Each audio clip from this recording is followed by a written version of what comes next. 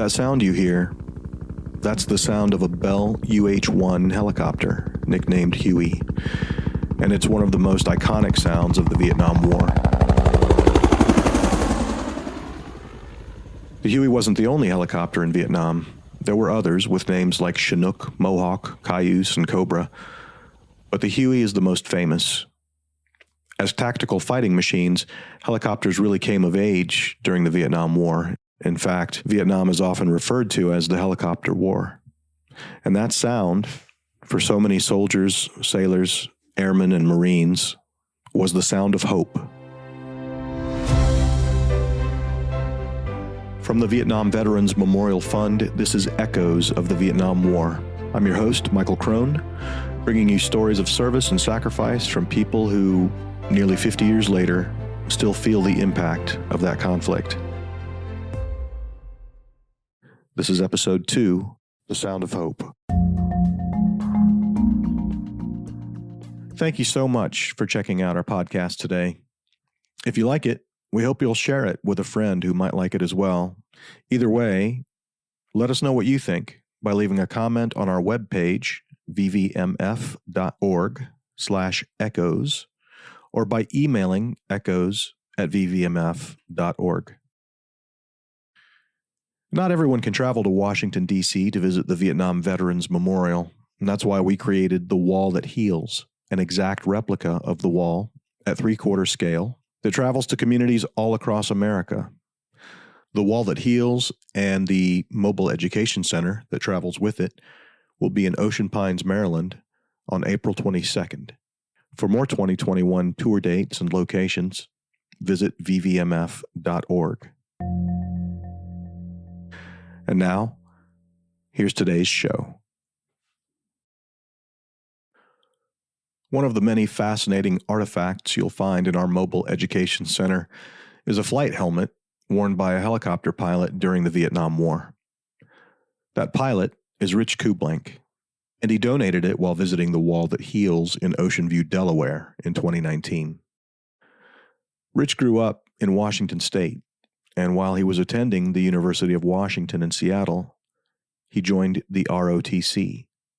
While I was there, I was an ROTC guy because I figured out I could make, I think it was $30 a month extra by doing that. So when I completed college, I owed the Army 2 years of absolute duty on active duty. What year was that? That was 62. So they sent me off to Germany. I was in the Corps of Engineers, so I was assigned in Mannheim to a float bridge company, the 552nd Engineer Company, and served 2 years there, eventually became the company commander. We had a flight detachment in my engineer group that had the little Bell bubble helicopters. And I would take those to get an aerial view of possible river crossing sites on the Rhine. I loved it when I was up in the air with these guys flying around. So I decided after speaking with the pilots, they told me, well, shucks, if you're going to do your 2 years and go back, Rich, I tell you what, we'll line you up with flight tests and a written test and make sure you don't crash and burn and you have a chance to pass all these tests. And I passed them, and I passed the aviation flight physical, and I submitted it to DC to go to flight school. Any vivid memories from that period? We had the older helicopters there still. We had Hillers. So we learned the basic flight things and soloed for the very first time.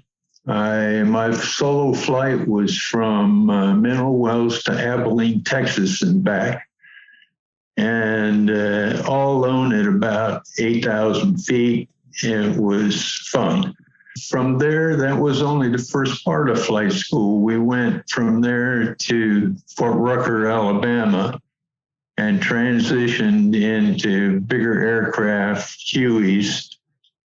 And we learned a whole bunch more about instruments and flying and crews, and even gunnery at that time, before we graduated and had a little leave time, and then we were on our way to Vietnam. And what do you remember most vividly about arriving in Vietnam for the first time in May of '66? Not all people went as a unit. We went as individuals. So I was on a charter flight, and the very first thing I remember at landing at Tan Son Nhut, and the doors opened and we went down the stairs, we were hit in the face with the smells and the heat. I can still close my eyes and remember the smells that were involved with that. You were with the 335th Assault Helicopter Company at that time, and what rank were you? I started out as a first lieutenant. Of course, most of the guys that came with me were warrant officer pilots. But because I'd served that tour in Germany, I was already an officer. So that made me an older guy at 26, because most of the warrant officers were anywhere from 19 to 22. And I spent that full year with the 335th. And we were in Third Corps, just not too many clicks north of Saigon, now Ho Chi Minh City, at Bien Hoa, near the Bien Hoa Air Base. What kinds of missions or duties primarily were you fulfilling in that first tour? Well, I pretty much did the gauntlet. I started out driving or flying. We used to say driving, but flying slicks, which were the primary troop carrying mission. Helicopters gave everything a new dimension. The primary reason for them was moving troops around rapidly. Great flexibility on the battlefield then. And you had small groups to large groups, one helicopter to 20 or more helicopters for bigger lifts. And so you had troop movements in helicopters. We did that. We did reconnaissance of areas for future assaults, and then you had to pick out landing zones, and we would locate areas for fire support bases.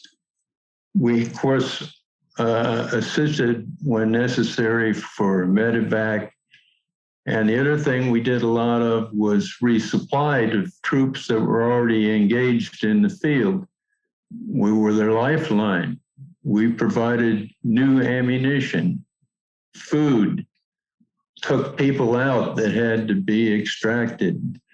We inserted LRPs, long-range reconnaissance patrols. We did all that, and we provided command and control from the skies too. And then in my first 2 or 3 months there flying slicks, I got shot at a lot, like everybody did. And I was thinking, man, I'd really like to be able to shoot back. So I auditioned more or less and put in my feelings to join the gunship platoon, and their call sign were Falcons. They gave me a couple test runs at it. They took me out with them, and they did aerial close combat support. They provided cover for troop insertions. They did reconnaissance by fire, but more than anything, they gave close air support to the people. After a couple trips with them, they decided that, well, okay, he's a pretty good shot. So I transferred from flying slicks to become a full-time gunship pilot. And I spent the rest of my year with them doing just a wide range of all kinds of interesting things, from nighttime river patrols to convoy escorting to day and night operations. We got farmed out to other units for special purpose. In helicopters, the crews became not intimate, but very trusting with each other. You had to depend on these people. You tried to resupply through holes, little holes in a triple canopy jungle that were just big enough for the helicopter to fit into. And you'd have to go down maybe 50, 60 feet and depend on a door gunner and a crew chief telling you stop, because you have to move over left 20 feet to go down another 40 feet.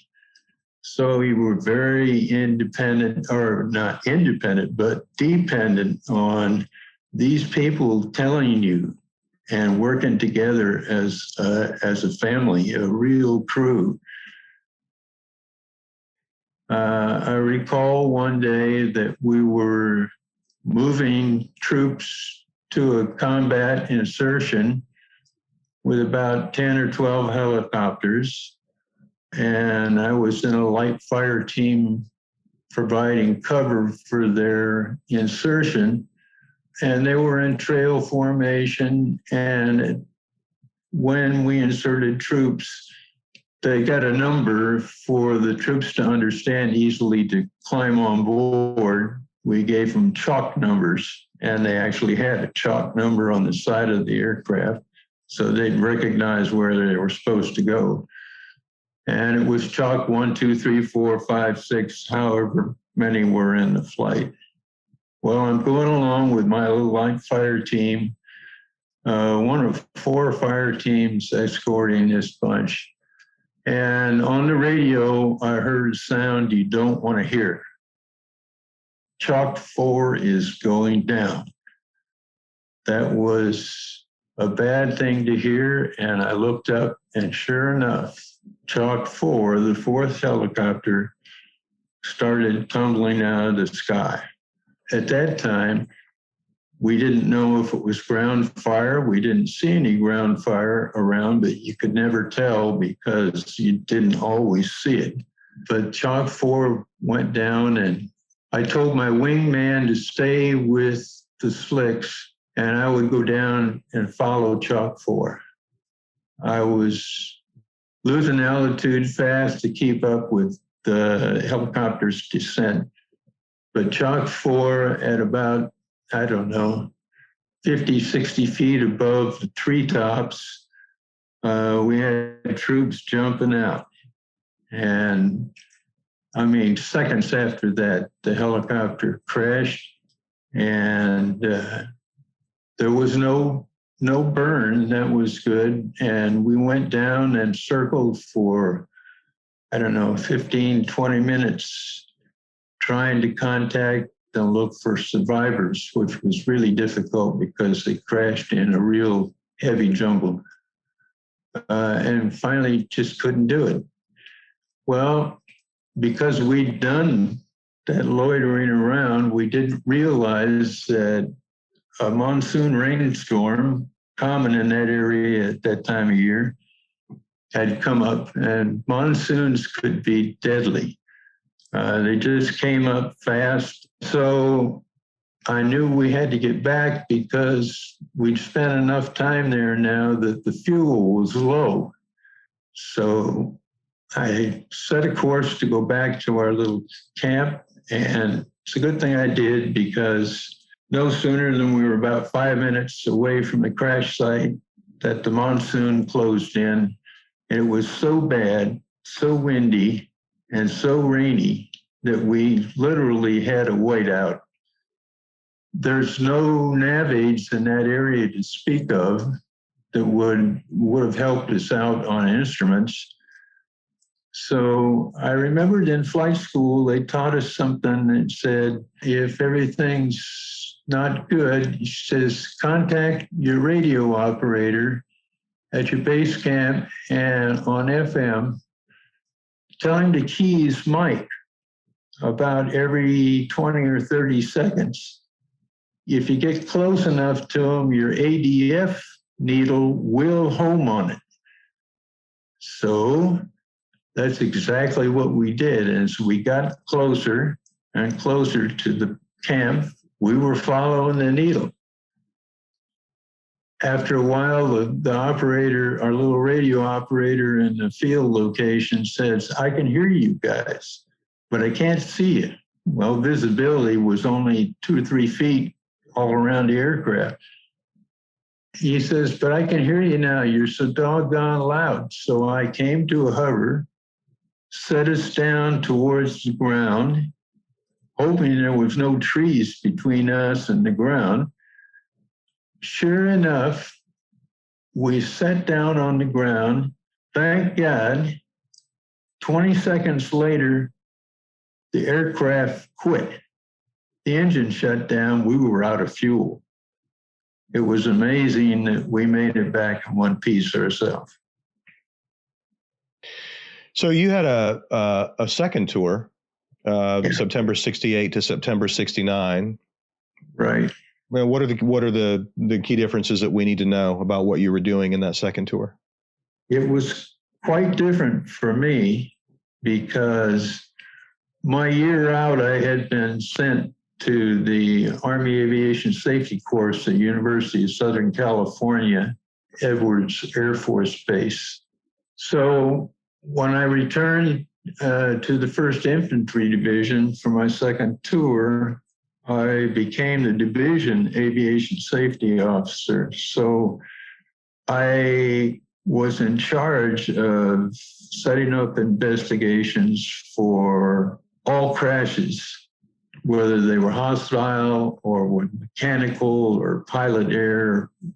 Those things would be determined by accident investigation.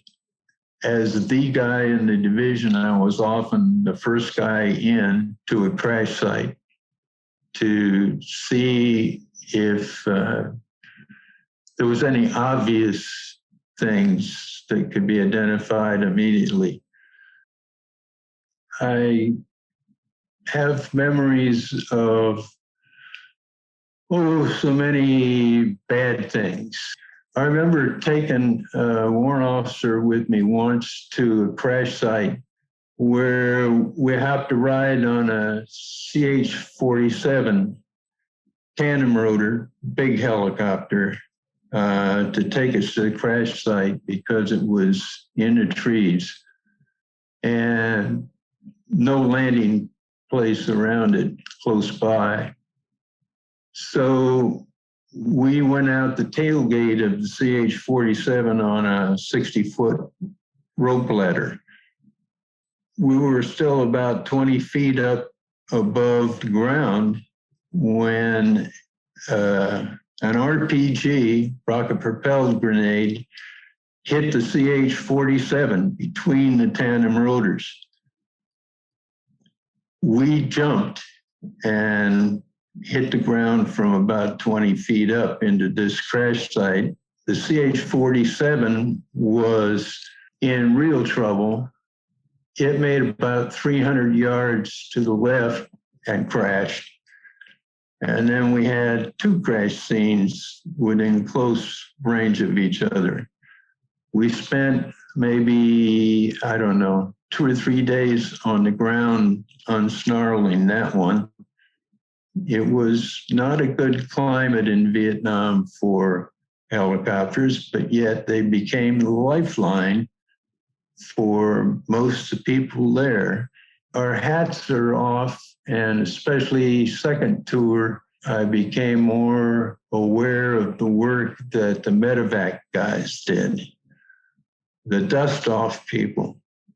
They were truly lifesavers of all kinds of people that helicopters made possible to rescue and save that would have never made it otherwise. Yeah, most of the people I talk to, they describe that sound as the sound of hope. It almost always means something good. Yeah, I've talked to a couple of guys. Every once in a while, I run across the people that say, "Oh, you flew helicopters." That old wop wop wop sound is golden to me. It saved my butt many times.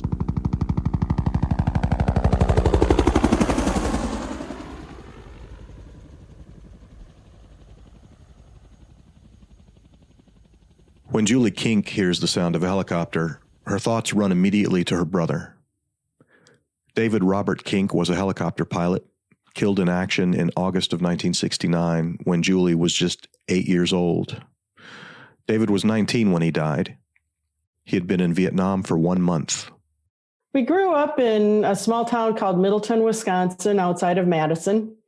He graduated from high school in 1967 in Middleton and wasn't really sure what he wanted to do with his life. He was working in a men's clothing store after graduating, and I think he joined the Army in the high school to flight school program because he wanted to learn how to fly. So he volunteered? Yes, he did. Yes. How is it that David came to be killed a month into his tour? Well, he had been flying Huey helicopters when he first reached Vietnam. And the day that the crash occurred, July 21st, 1969, was David's second day in a Loach, a light observation helicopter. They were doing bomb damage assessment or recon by fire, looking for areas that had been disturbed, and came on an area that the Highbird Cobra aircraft above them fired upon, and there was a ground explosion that brought the Loach down. It turned out to be an unexploded 250-pound or 500-pound U.S. bomb that the enemy had camouflaged, hoping that the Americans would do as they did. The ground explosion brought the aircraft down, and because my brother was flying as observer on that side of the aircraft, he was the only one to survive the crash of the three-man crew. He crawled out away from the helicopter and was evacuated and died of his injuries 12 days later on August 3rd, 1969. None of that did I know at the time, and nor did my family know any of that information until many years later in 1996, when I stumbled upon the Vietnam Helicopter Pilots Association and learned that they keep the records of all of the helicopters and the pilots who flew during the Vietnam War. And so I learned a lot of information about what actually happened during the crash 25, 26 years after the fact. What was the biggest surprise for you? Well, Michael, I thought I was the last person in the door on this. I mean, I thought certainly by 25 years, 30 years after the Vietnam War, everyone in my position who had a loved one who was killed, who was looking for information, would have already done it. I thought I was a latecomer. And I was very surprised that in all my growing up, I never knew another single other person who had lost someone in the Vietnam War until 1996. And I was not alone. It was very common for families of the time to not be given a lot of information about what happened. I didn't know exactly where it happened or what type of aircraft it was. I didn't know about the course of my brother's treatment during the 12 days that he was in the hospital until seeking those things out for myself 20, 25, 26 years later. You didn't just use the Pilots Association and Crew Members Association as resources. You became kind of a kid sister to a lot of those guys. I have many hundreds of new big brothers. I affectionately call them that. And many, many years ago, when I first started searching for people who knew my brother, one of the pilots wrote to me, "Your brother was our brother." And that was a new concept to me. I thought, wow, this is a group that is welcoming my questions and my hunger to know information about what they did. And that was surprising? It was totally surprising to me because I grew up thinking nobody wants to talk about Vietnam. I learned just the opposite. Those of us who lost someone whose name is on the Vietnam Veterans Memorial Wall will be connected with the living veterans who came home in a way that I don't know any other life connection that is that type of a bond, sometimes stronger than family. So what did you learn from your new adopted big brothers about David and how he lived?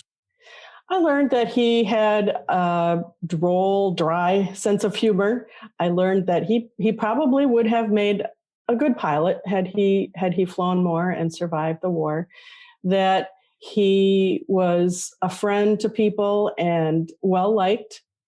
That he couldn't always hold his liquor. I know him now more than I knew him before through people who I had never met before in my life who gave my past back to me. I wonder, were you able to share any of that with your parents? I was able to share some of this with both of my parents. I'm the tail end of a family of 4, so they were both practically fossils when I was born.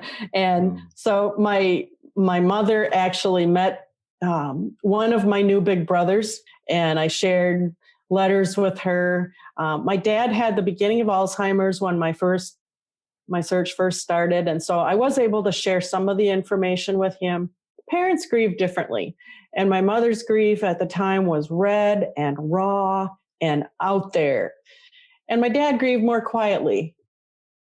When I was a young adult, I went to visit my dad, and we went to the cemetery where David was buried, and Dad knew right away where his grave was. And he hung his head down and he just said something about David being all boy and just really missing him. And I knew at that moment that my dad's loss was just as great as my mother's. It hadn't even occurred to me to ask about other siblings. How do they relate to you and David in age, and what has your search meant to them? I have an older brother, Paul, who is 20 years older than I am. And my brother David was 11 years older than I am. And my sister Susan, who is 9 years older than myself.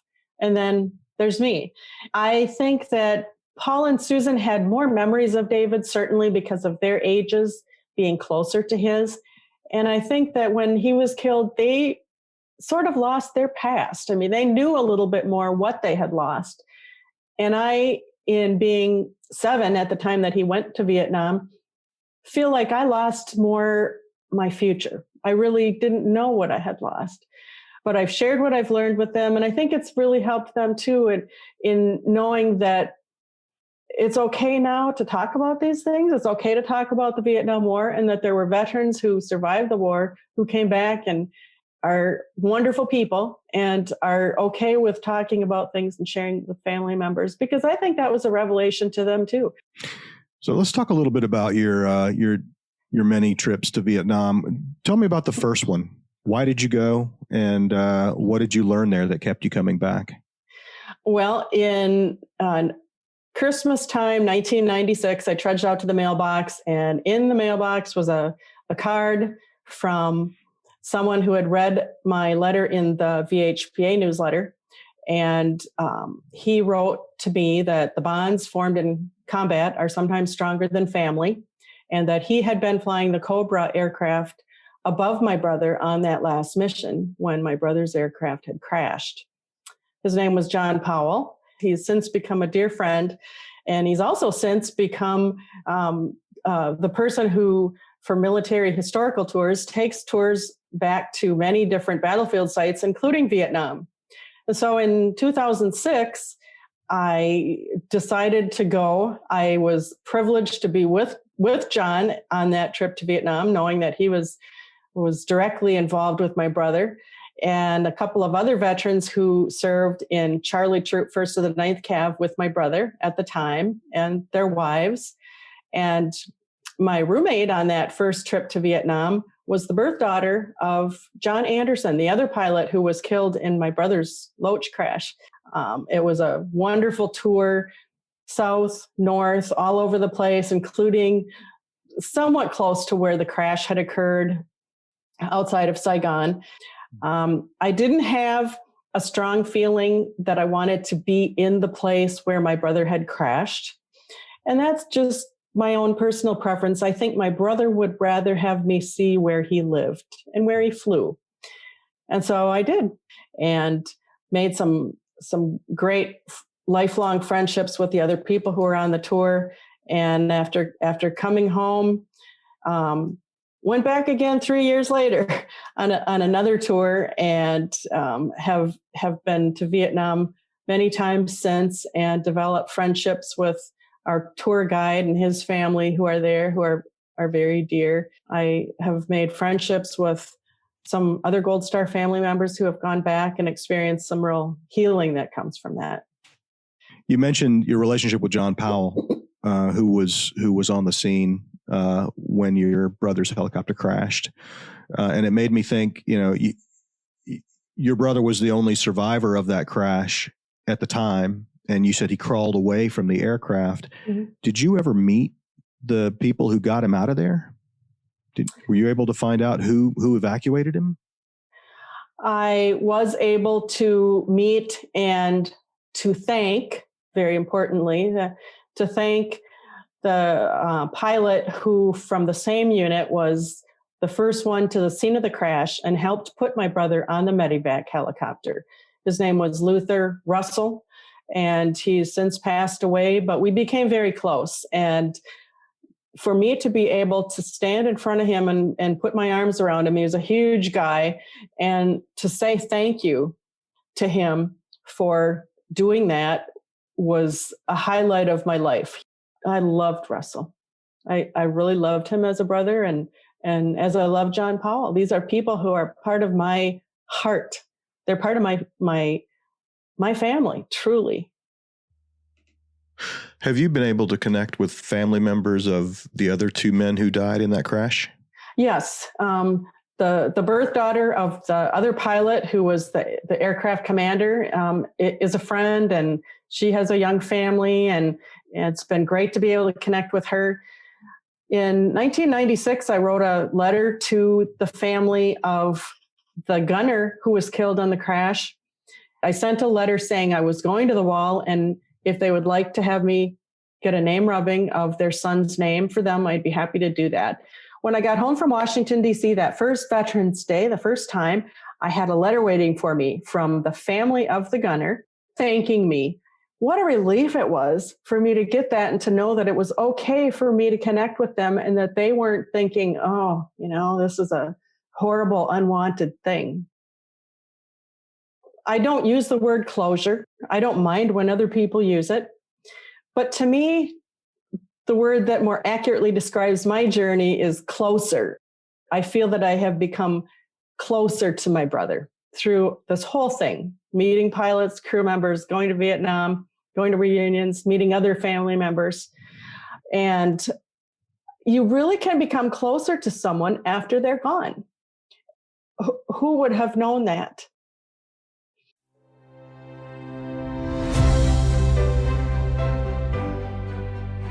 These interviews with Rich and Julie were pretty heavily edited for time in order to fit them into this podcast format. If you'd like to hear my entire conversation with either of them or both, you'll find them on our YouTube channel. Today's show was produced by me, Michael Crone, with truckloads of help from Heidi Zimmerman, Latasha Adams, and Adam Arbogast. Our executive producer is Jim Knotts, CEO of the Vietnam Veterans Memorial Fund. The wall is not publicly funded. It wasn't a gift from a grateful nation. It was founded by this nonprofit organization, and our continuing efforts to honor those who served are fueled by donations from people like you. So please consider making a donation at vvmf.org. I'll see you in 2 weeks for episode 3, Answering the Call.